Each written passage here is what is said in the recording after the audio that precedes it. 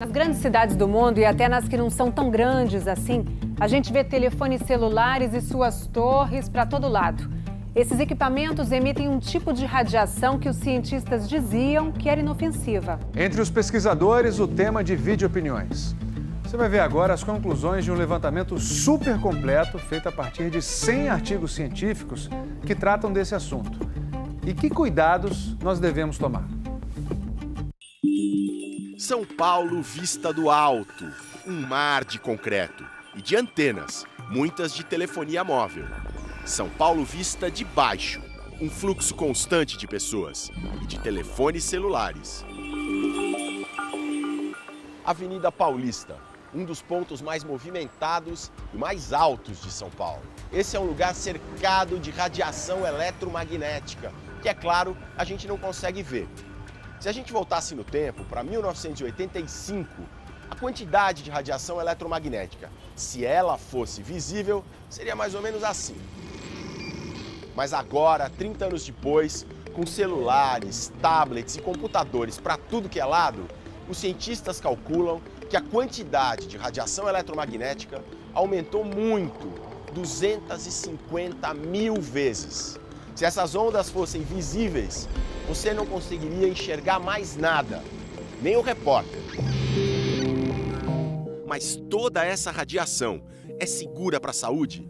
O tema divide opiniões. Enquanto muitos cientistas duvidam que a radiação de baixa intensidade provoque algum tipo de dano, outros discordam. Um levantamento super completo, recém-publicado, de pesquisadores da Ucrânia e dos Estados Unidos, concluiu: essas ondas eletromagnéticas podem não ser tão inofensivas como se pensava. Essa energia entra nos tecidos. Estamos falando de efeitos de radiação no organismo. O estudo reforça o que já tinha sido divulgado em um relatório de 2011 da Organização Mundial da Saúde.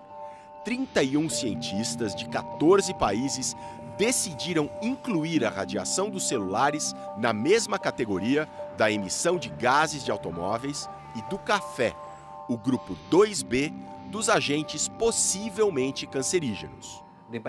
Os efeitos dessa radiação são evidentes, detectáveis e temos que ter cuidado. Um dos autores do levantamento mais recente, o ucraniano Sergei Kirilenko, passa uma temporada na Universidade Estadual de Campinas. Dos 100 trabalhos que o grupo dele analisou, 93 detectaram algum tipo de efeito em organismos vivos das ondas dos celulares, chamadas de radiação de baixa frequência. Ele destaca uma dessas pesquisas, feita pela própria equipe ucraniana. Nós pegamos ovos de codorna e colocamos um celular comum por cima. Depois de 3 dias expostos à radiação do aparelho, o desenvolvimento dos ovos acelerou. Depois de 5 dias, no entanto, o desenvolvimento dos mesmos ovos desacelerou. Não estamos dizendo que isso pode causar danos. O que estamos falando é que essa radiação tem algum efeito no organismo. Ela não é neutra. Essa radiação neutra tem um outro nome: radiação não ionizante. Isso quer dizer que ela não tem energia suficiente para quebrar moléculas, como a do DNA, e fazer estragos no nosso corpo. Já um outro tipo de radiação, esse sim, sabidamente provoca danos: a radiação ionizante. Ela causa doenças, inclusive o câncer.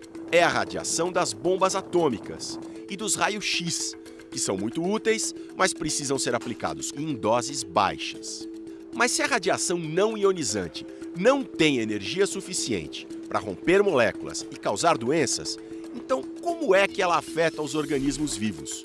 Os cientistas têm uma forte suspeita. O que boa parte dessas pesquisas está detectando lá nas células tem um nome complicado, mas é fácil de explicar. É o estresse oxidativo. Quando a gente respira, o oxigênio faz muito bem, é claro, mas ele também produz substâncias que podem causar doenças. São os radicais livres. Só que dentro do nosso organismo existem substâncias que combatem os radicais livres. Só que no estresse oxidativo há um desequilíbrio, fica sobrando radical livre no organismo. E isso pode levar a muitas doenças. São danos que podem levar ao desenvolvimento de tumores. Nos consultórios e salas de cirurgia, opiniões diferentes. O Dr. Antônio de Sales, professor de neurocirurgia da Universidade da Califórnia, toma precauções. Eu uso bastante o celular, claro, mas eu tento evitar colocar na orelha com o alto-falante do telefone. Eu acho que nós devemos usar o celular distante do nosso corpo. Guilherme Lepsky, também neurocirurgião e treinado na Alemanha, tem uma visão oposta. Eu não acredito muito nesse risco prático do celular na formação de tumores. É possível que exista algum risco? É possível.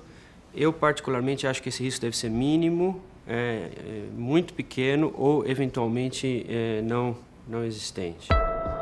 E o Dr. José Bauab, neurologista clínico, espera por mais pesquisas.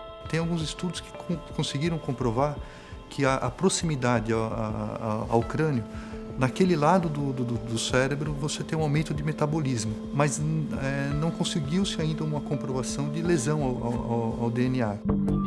Mas o médico Antônio de Sales lembra que os celulares são um fenômeno recente e muitas vezes na medicina é preciso tempo para os efeitos ficarem claros. Quando os anos se passam e se seguem apropriadamente os estudos e os pacientes, a gente começa a ver isso.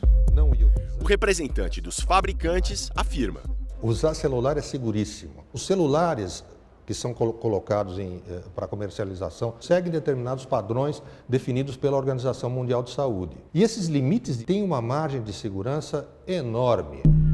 Enquanto o debate prossegue, os cientistas dão dicas para você se proteger. Use o celular longe do corpo. Principalmente quando o celular está fazendo a conexão, que é quando a radiação está mais forte. Depois é só usar o Viva Voz. Prefira mensagens de texto a ligações. A radiação não ionizante será menor, claro. Não durma com o celular perto da cabeça. Não carregue o aparelho no bolso. E por fim, enquanto houver dúvidas, evite que crianças usem o celular. O osso é mais fino, as células estão em desenvolvimento. Não é para jogar fora os celulares, mas para usar com sabedoria.